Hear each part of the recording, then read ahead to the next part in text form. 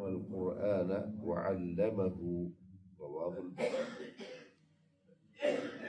ഉസ്മാൻ ഇബ്നു അഫ്ഫാൻ റളിയല്ലാഹു അൻഹു ആണ് ഹദീസിന്റെ റാവി. എന്താ ഇതിന്റെ പ്രത്യേകത? മൂന്നാമത്തെ ഖലീഫയാണ്. നബി സല്ലല്ലാഹു അലൈഹി വസല്ലമയുടെ 2 പെൺമക്കളെ കല്യാണം കഴിച്ചിട്ടുണ്ട്. അബൂബക്കർ സിദ്ദീഖ് റളിയല്ലാഹു അൻഹുവിന്റെ ദഅവത്തിലൂടെ ഇസ്ലാമിലേക്ക് വന്ന ആളാണ് ഉസ്മാൻ ഇബ്നു അഫ്ഫാൻ റളിയല്ലാഹു അൻഹു.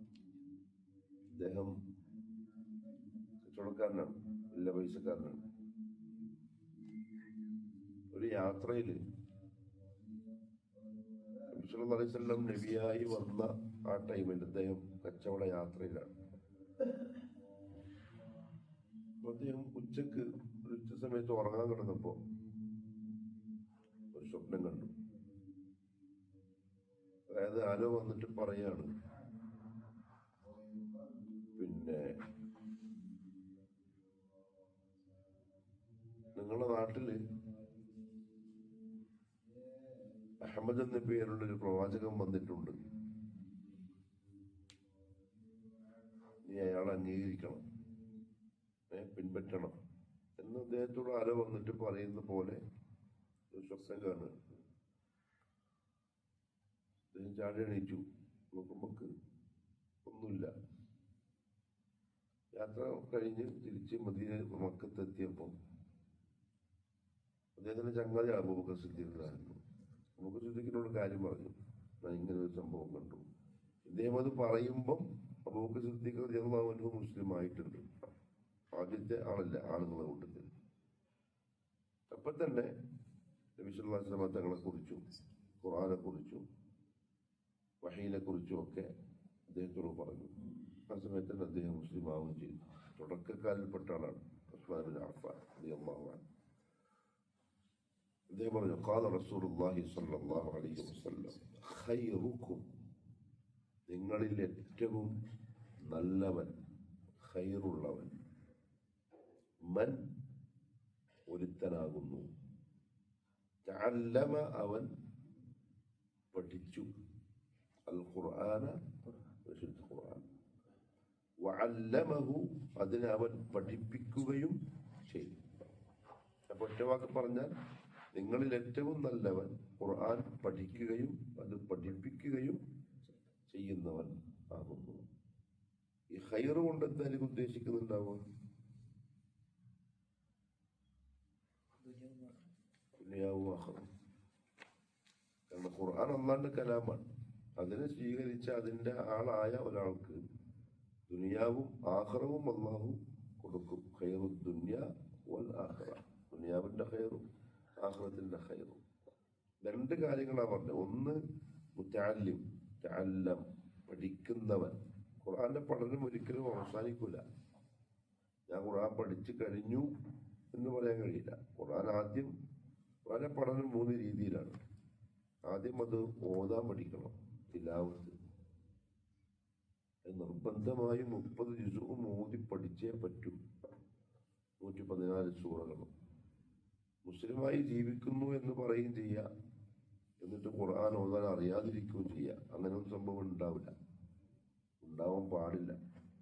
അതല്ലെങ്കിൽ അയാൾക്ക് ഓതാൻ കഴിയാത്ത എന്തെങ്കിലും കാരണങ്ങൾ, രോഗിയോ അക്ഷരങ്ങൾ ഉച്ചരിക്കാൻ പറ്റാത്തൊരവസ്ഥയോ ന്യൂനതകളോ അങ്ങനെ എന്തെങ്കിലും ഉണ്ടാവണം. അല്ലാത്തൊരാൾ മുസ്ലിമായി ജീവിക്കുന്നു എന്നാൽ ഖുർആൻ ഓതാൻ അറിയില്ല, അത് അയാളുടെ നിന്ദ്യതയാണ്. അത് അയാളുടെ ഏറ്റവും മോശമായ അവസ്ഥയാണ്. കാരണം നബി സല്ലല്ലാഹു അലൈഹി വസല്ലം ഖുർആൻ ഓതാൻ പഠിക്കാൻ സഹാബത്തിനോട് കൽപ്പിച്ചിട്ടുണ്ട്. സഹാബാക്കളുടെ കൂട്ടത്തില് ഏറ്റവും നന്നായിട്ട് ഖുർആൻ ഓതുന്ന ചില സഹാബാക്കളുടെ പേരെടുത്ത് പറഞ്ഞിട്ട് നബി സല്ലല്ലാഹു അലൈഹി വസല്ലം പറഞ്ഞിട്ടുണ്ട്, അവരെടുത്ത് പോയിട്ട് നിങ്ങൾ എന്ത് ചെയ്യണം? ഖുർആൻ ഓതാൻ പഠിക്കണം. എങ്ങനെ ഓതാൻ പഠിക്കണം? നമുക്ക് തോന്നിയ പോലെ അല്ല, നമ്മളുടെ രീതിക്കനുസരിച്ചുമല്ല. അതിന്റെ അക്ഷരങ്ങളുടെ മഖ്റജുകളൊക്കെ പഠിച്ച് ഖുർആൻ ഓതുന്ന നിയമങ്ങളൊക്കെ പഠിച്ച് നബി സല്ലല്ലാഹു അലൈഹി വസല്ലം സഹാബാക്കൾക്ക് എങ്ങനെ ഓതിക്കൊടുത്ത് പഠിപ്പിച്ചോ സഹാബാക്കളിൽ നിന്ന് നമ്മളിലേക്ക് ആ ഖുർആൻ ലോകത്ത് എങ്ങനെ എത്തിയോ അങ്ങനെ പഠിക്കണം. കാരണം അള്ളാന്റെ കലാമാണ്. നമ്മളെ ഇഷ്ടത്തിന് ഓതി, അങ്ങനെ ഓതുമ്പോൾ അതിൽ തെറ്റ് വന്നു, അള്ളാഹു ഉദ്ദേശിച്ച അർത്ഥമല്ലാത്ത മറ്റർത്ഥങ്ങളിലും വന്നു, അതൊക്കെ അപകടമാണ്, ഭയങ്കര ഡേഞ്ചറാണ്. അത് ഖുർആനോടുള്ള അവഗണനയാണ്. അവഗണന മീൻസ് പരിഗണിക്കാതിരിക്കുക, വലിയൊരു ഗൗരവമാക്കാതിരിക്കുക. അത് അള്ളാഹു ചെയ്യിക്കൂല.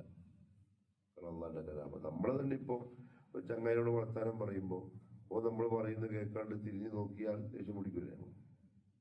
നമുക്ക് എന്തായാലും ഒരു മനസ്സിന് ഒരു വിഷമം വരുമല്ലോ. അള്ളാഹുവിന്റെ കലാമാണ് ഖുർആൻ, നമുക്ക് അറിയുകയും ചെയ്യാം. എന്നിട്ട് അതിനോടൊരു വലിയൊരു താല്പര്യമില്ലായ്മ വന്നാൽ അതൊന്നും സംശയിക്കുന്ന കാര്യമല്ല. പക്ഷെ അധികം ആൾക്കാർക്ക് ഓതാൻ അറിയില്ല, പഠിക്കുന്നില്ല.